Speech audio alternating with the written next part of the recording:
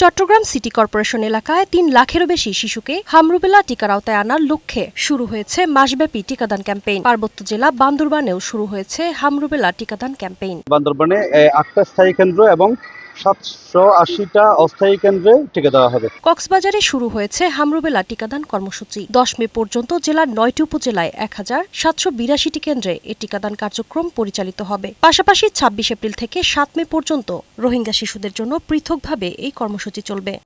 এদিকে স্বাস্থ্যমন্ত্রী সর্দার সাখাওয়াত হোসেন বলেছেন, বিগত সরকার কোষাগারে কোনো টাকা রেখে যায়নি। প্রধানমন্ত্রী তারেক রহমানের নির্দেশনায় সরকার হামরুবেলা টিকাদান ক্যাম্পেইন শুরু করেছে। সকালে নারায়ণগঞ্জের রূপগঞ্জে টিকা ক্যাম্পেইন অনুষ্ঠানে তিনি একথা বলেন। আমরা ভবিষ্যতে এই দেশের জনগণের কল্যাণের প্রতি আমরা খেয়াল রাখব।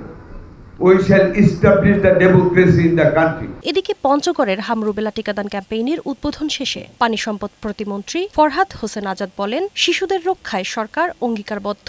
মেডিকেল সায়েন্সের যেগুলো আমাদের দরকার সন্তানদের জন্য সুরক্ষার জন্য, সেইগুলো আপনাদের সামনে আমরা প্রয়োজন মতো সরবরাহ করব। রংপুর মহানগর সহ বিভাগের ১৬,৬৬,০০০ শিশুকে হামরুবেলার টিকার আওতায় আনা হবে। যশোরে ২,২৫৬টি কেন্দ্রে একযোগে চলছে টিকাদান কর্মসূচি। নীলফামারীতে মোট ২,১০,২৬৯ জন শিশুকে এ টিকার আওতায় আনা হবে।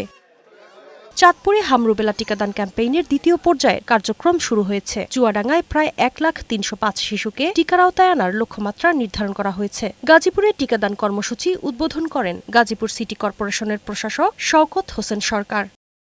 এছাড়া খুলনা, রাঙ্গামাটি, ঝালকাঠি, লক্ষ্মীপুর, দিনাজপুর, কুমিল্লা, হিলি, হবিগঞ্জ, খাগড়াছড়ি, মুন্সিগঞ্জ, ময়মনসিংহ, নরসিংদী, নেত্রকোনা, নওগাঁ, পাবনা, মাদারীপুর সহ দেশব্যাপী শুরু হয়েছে দ্বিতীয় পর্যায়ে হামরুবেলা টিকাদান কর্মসূচি।